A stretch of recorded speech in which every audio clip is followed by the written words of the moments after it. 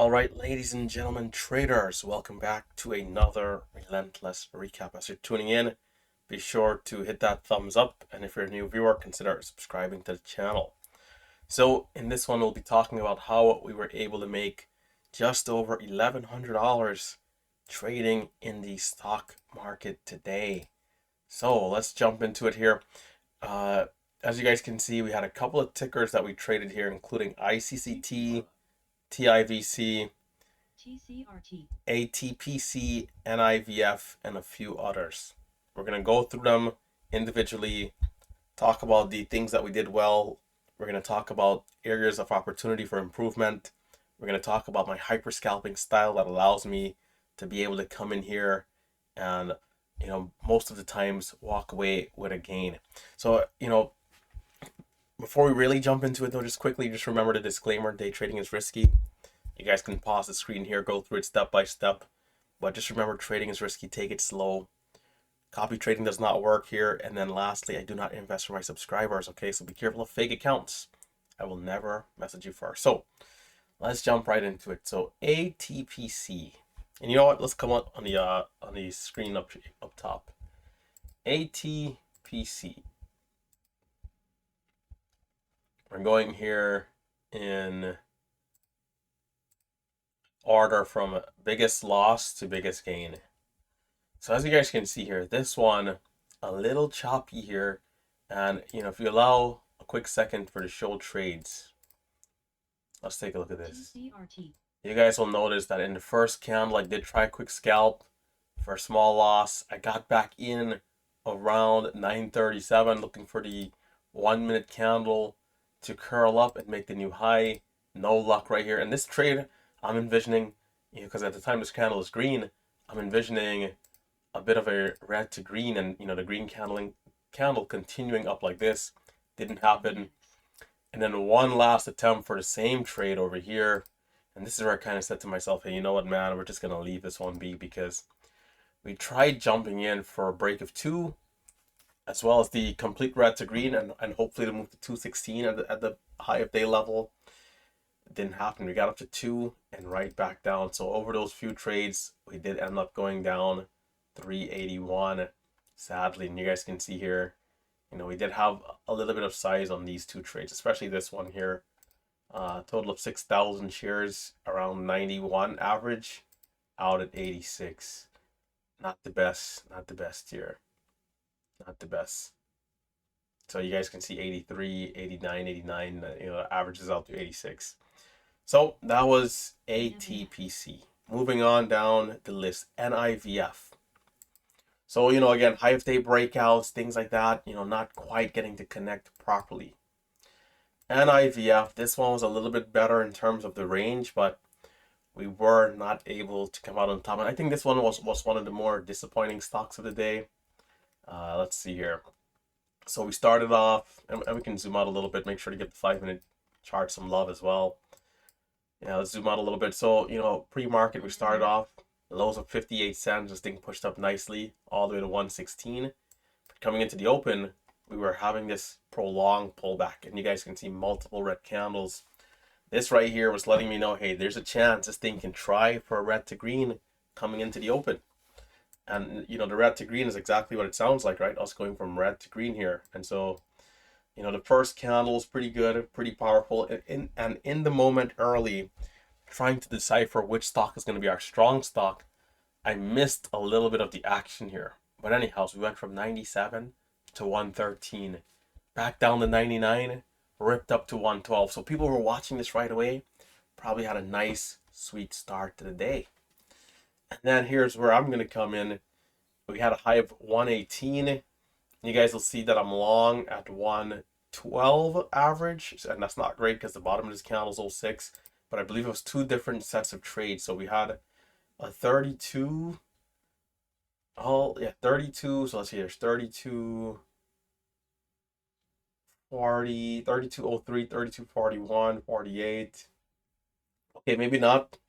And this is at 14 at 9. So it looks like I'm in twice, both times a little too high. And so that's never what you really want to see on this one here. We got in a little higher as well on the drop down, stopped out, and then missed the big red to green on this dip. So it was a little frustrating for me on this stock because I would have really had loved to get on the winning side. I think this came down to just mostly timing, right? I know my head is in the way. Perhaps I can like stretch this over a little bit. That way you guys can like see the stocks and the gains there. Here we go. So yeah, it's a little disappointing to not quite get on the other side of this. So it's almost there, but a little bit of timing I think was the biggest thing. And out of the resumption, it was weak. Let's be honest here. Whilst they did make back some of the losses, it just was tough out of the resumption. We didn't get any follow through. We had a small dip down to 30 and popped to 38, I think twice, but very tricky to take, very indecisive on the level 2 in the time and sales. So the hyper scalps didn't really give us a lot out of that one right there. If we zoom out, you'll see it came back up a little bit and then hard sell off, man. Hard sell off. This is what we want to avoid. If we can avoid these, and for me, I just happen to not be looking at the stock because who knows? Sometimes you might think, hey, flat top breakout. Maybe it might retest this area of the flat top and then curl right back up. But, just like that, if you're taking this aggressively or even at the lows of 20, 18, flushes down to 15, opens up lower, and then goes all the way down to 03. So this could have been very brutal. And you can see this is why we have to cut our losses because, if I bought this thing up here and didn't decide to cut the trade, just like that, it's at 60 cents and I'm hoping and praying for a big bounce. And what are the odds of that happening? Very, very unlikely. Very, very unlikely. So that was NIVF coming down to APVO. We're going stock by stock today, APVO. Let's take a quick look at this one. So I think this stock maybe I could have left alone. Initially, let's remove the show trades. That way we can see a little bit more of the screen. Let's also zoom in on the 5 minutes. So you can see, it really and truly moved up yesterday. If you look at the 5 minute here, around 1 p.m., got a couple of halts going up, got to a high of 361, and Christmas tree right back down. But in after hours and pre-market, it curled up. And so despite the sell-off here and the hard drop down, we were thinking this could potentially bounce. And when we had this early bear flag breakout right here, as well as this, bigger bull flag / wedge, we were thinking, hey, this thing might get tighter in this range and then make the move to the upside. And so, that's why I gave it a chance in this consolidation. That was the thought process behind, one, this 3-bar play here, seeing that, coming to the stock, seeing stuff like that, knowing that, yes, okay, VWAP here will be resistance, but can we curl back up? And so, seeing this right here at the time, in the moment, this is what it looks like, right? You start to look like, hey, we might be holding up, and then you might put a trend line down here to depict the lows, and then you see the stock came down to the lows and curled back up. Again, you're thinking maybe a quick consolidation up here, right? So we had that nice move, a quick consolidation here, and then one of these candles will ultimately rip through a nice big green candle. But instead of a nice big green candle, a big red candle came, and we had the opposite and equal reaction, which was a move to the downside. The resistance was too strong. So that's why I was looking at this one, but maybe it wasn't the most obvious, I think. Looking back at the chart, it's like the chart was somewhat weak. We're down pretty low. If we're usually trading a stock like this, it's because it held up these lows at least. And then we're somewhere in this zone and we're looking to, make new highs towards the pre-market, previous highs of pre-market. So probably could have left it alone and saved myself the 120. So a little disappointing there. OSRH, I don't think there's much on this one. Yeah, not a ton on OSRH. I mean, it was moving, but we weren't really paying too much attention to it. So there wasn't a ton here. You guys will see it's still up 70% on the day. Still somewhat active. So I think we're going to come down to TIVC. TIVC. So TIVC, let's pull up the show trades because we also didn't really take a lot of trades on this one. All right, boom. So 400 bucks total. Initially, I think I'm pulling it up somewhere here. We got highs of 560 and lows of 26. So I believe I was attacking the range here. Let's see. Entries around 32, 35. Yeah, attacking the low of the range, selling a little higher. You know, you guys will see some of the exits around 50, 40, 46. Over here, we had, okay, and this was one of our, I think there's two trades today where I was up about 20 cents unrealized and didn't take it. This is at 9:36. I actually want to watch this. I'm gonna pull up this at 9:36. Man, I just sometimes it's just a little frustrating here. Let me just find it where it is quickly. At 9:36, let's see.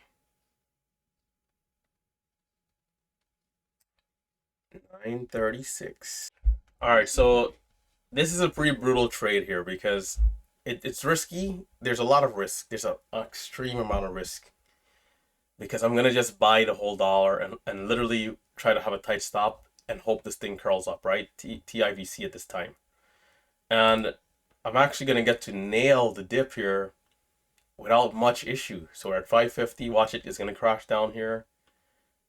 Boom! Right here, I'm just buying the whole dollar, and you know, hoping for this thing to curl up with a tight stop. Very risky entry. Very. I mean, you know, trading. This is why we say trading is risky.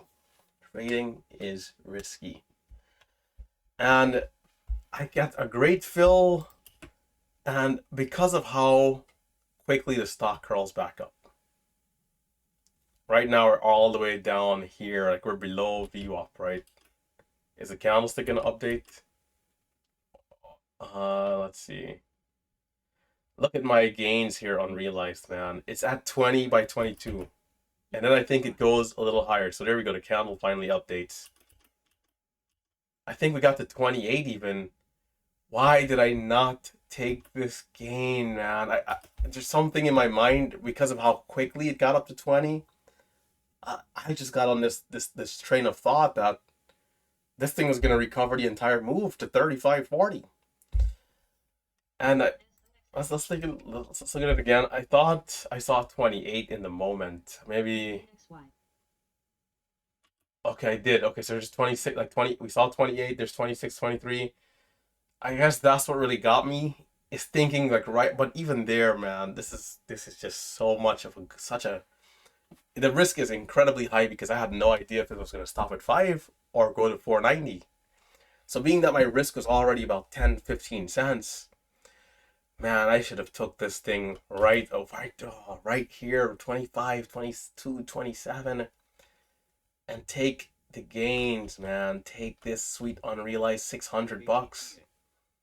Instead, it ended up being a break-even trade. Because right here, I'm like, nope, this thing, like, it's just crashing. And it's a flat trade. You can see I'm out at 505. That was a tough one. So there's two of those. There was another one at on one of the other stocks, ICCT. Brutal, man. Brutal.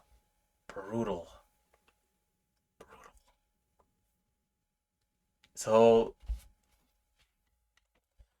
this is why we say there's a fine line, right? Because it comes down to decision making. Someone else might have took 510, sold right at 525. Great trade. Hey, I got a quick bounce. That's all I'm looking for. That's all I need. And that's initially my thought process. But the pace of which we got to 28, I started thinking 35.40 is going to come. And this thing's going to do a massive red to green right back through the highs. Which, whilst that does happen, what are the odds, right? At the end of the day, we're trading probability here.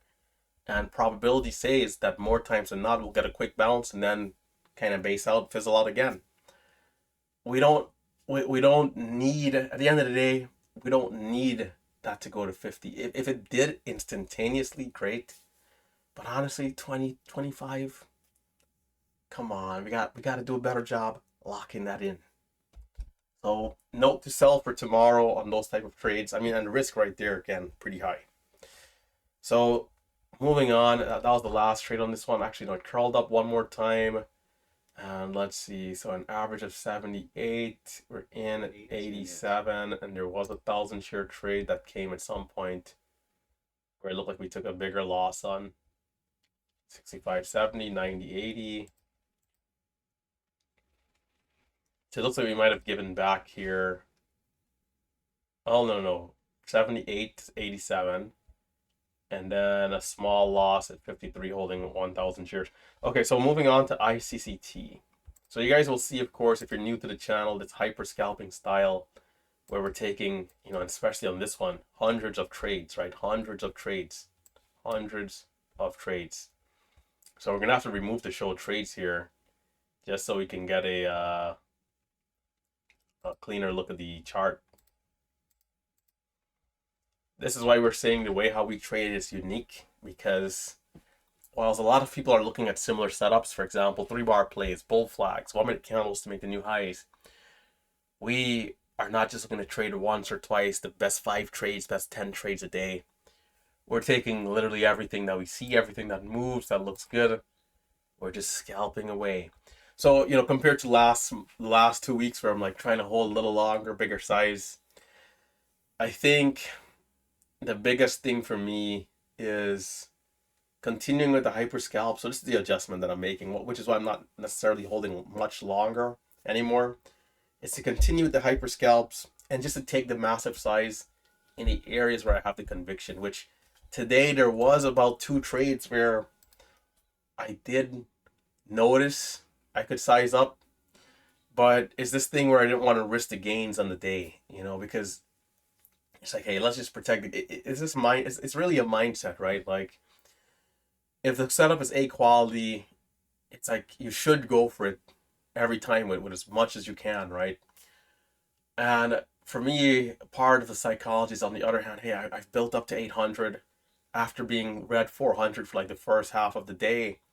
I'm like down between like 200 and like 500 the first half of the day. So it's like, okay, I finally got up to 800 1K. Maybe I don't size up so aggressively where I can go red 1K again. Red 1K, which is even worse than where I was, being that the day was going a little slow. So, being more grateful for the green, understanding the context of the day, the story that the day is telling. But for sure, I think a more aggressive trader might have took those 2-3 opportunities, which I think actually all 3 of them would have worked, if I remember correctly. And, a day like this does end up being much more heavy in terms of the green. But, it really comes down to the individual and how you want to manage risk, how you want to manage the trade. Again, we did see that other trade there where I gave it a little too much time, perhaps. So here, initially the first trade came on this candlestick. I believe it was a break of 3. We didn't quite capture it. It did go without us. And this is a little bit of a frustrating area here because we got up here all the way to 346 and I didn't really get to capitalize. Pulled back, and it wasn't really up until this consolidation where things really started to get going here. So we broke over the high of day, which at the time was 347. And from there it was just a sweet move, right? So hold up. Yeah, over here. 950, 953 area, over 347, we got up to 390, and we had our first solid range here, lows of 50s and highs of almost at the whole dollar. This thing did a good job consolidating. Eventually, we did try at 4 where we had hidden sellers one last time, and sadly this green candle rejected. Came into the new candle, sold off aggressively, and I thought it was done right here. I'm not gonna lie, I thought it was finished. Let my hands off the keys, and before you know it, this thing is right back at 70, pushing up at 4, and dips one last time here. And then you guys can see a bit of a 3-bar play here. 1-minute candle makes a new high over 90, and it rips up to 18, then to 440. We got a small pullback here down at 410. And then it rips through this level here of 50. A bit of chop first, and then rips through to 80, and then $5. And at this point I'm up like 3,000. or maybe, yeah, I think I'm up 3,000 coming into this area at 1035. So all of this for me felt smooth, felt like fair game, and things got a little choppy. So the resistance at 5, unlike the resistance at 4, when it broke over 4, it was smooth in this area for the most part. When it broke over 5, man, just very, very brutal. And this is where I'm going to take a $1,200 loss, I believe, on this candle right here. This thing rips over 5, and I can put a trend line here for 5. Let's get rid of 502 trend line there and extend this back. So it breaks over 5, it rips up to 535, it then dips a little. I take the micro, and this trade, it's like, again, on a stock like MLGO, it would have worked out so well. On this one, I got chopped. I'm in here for a micro, thinking it's going to bounce right back up right away, and it flushes all the way out. I'm in at 516, out at 477. The low was 463. And then to slap me in the face, the stock curls right back up. Right back up. Sometimes it's tough, man. Was it a big seller? Did someone else go short again?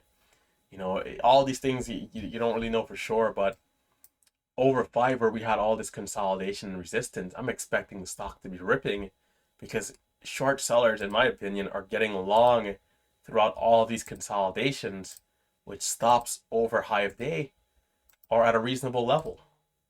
And my mistake might have been forgetting that 545 or I think it was 532, this trend line right here, 547. This needed to be at 547. 547 was the highs from a few days ago, and so, or 542 actually, let's edit that, 542. This was the highs from a few days ago, and so being that we came up so close to this trend line, perhaps that's why the stock rejected. And so it was very disappointing to see, us not give the continued move.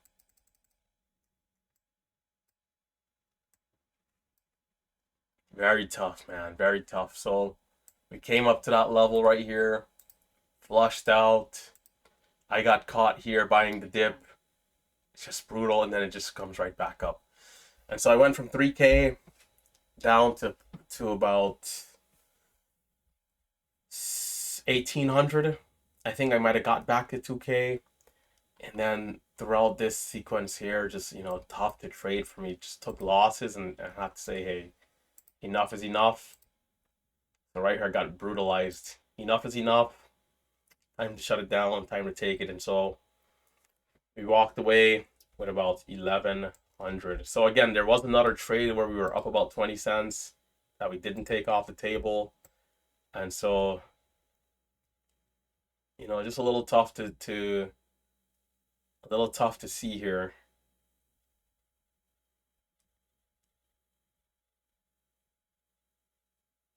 Yeah, so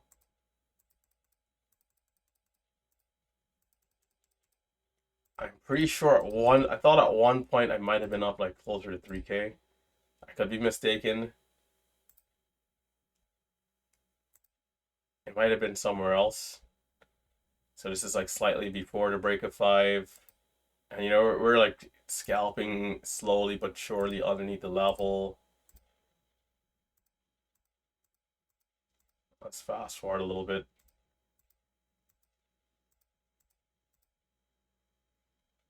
So we got ourselves to 25, and then I think we had one more winning trade here. You can see it really took, yeah, so we got up to like 2,900 on the stock. I think we had a small winning trade over 5, and then, we got cooked right here, buying like 16. This is where it's going to flush out and destroy us. So a little tough to give back so much. I mean, walking away with 1,100, it's just tough, man. But it's brutal bit right here is where I took it. And instantly 77. Oh man, that's not okay. So got blazed right there. I'm gonna exit the trade. And, it's like at 60 already. And just like that, I'm up 1,700 on the stock versus, oh my god, that was a brutal, oh my gosh, that was a brutal, was that like 1,300? Hmm. So I got bad fills. Lost the fill 16.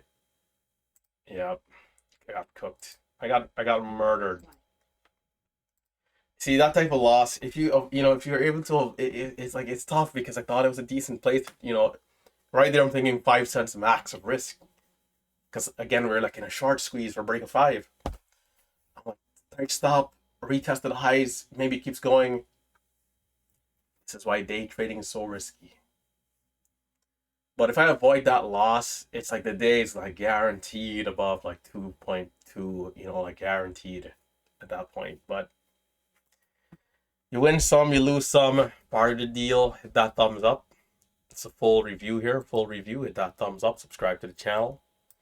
Remember, you guys can always ask questions down below. It's time to get back on the YouTube comment grind. I'm going to go back the last like 10 videos. Get caught up on the comments. If you guys have any questions down below, let me know. Other than that, check out the links for the chat room, for the classes. And yeah, and I hope you guys are enjoying the so initially we were using Momo Pro. Momo Pro still has a very special place in my heart, man, but there's something that Momo Pro needed to improve on, which is the Hive Day scanner. I asked for months, if not years, really years, for a filter to be added to the stream where we would be able to only see stocks above 20% or higher making a move. And it could just be an option in the settings. It was never added. So we're checking out the new scanners here. Day Trade Dash, we'll see how, so far so good. The Momo Pro's gap scan and this gap scan is like identical, so there's not like much difference there. But in terms of this Hive Day scanner here, it's not bad. But there's also other scanners online, right? YouTube, there's scanners everywhere. So we'll see how this goes. I'll keep using it. I do like the fact that there's a 10-second, 15-second chart, but so far so good. We'll see. We'll see how things play out here. So hopefully you guys are enjoying the scans, whether it's this one, Momo Pro, anything else that's out there. But yeah, hit that thumbs up, check out the chat room, check out the classes, and that'll do it here. Shutting it down, taking the gains. Should have been over 2K, but part of the deal. And I'll catch you guys in the next one.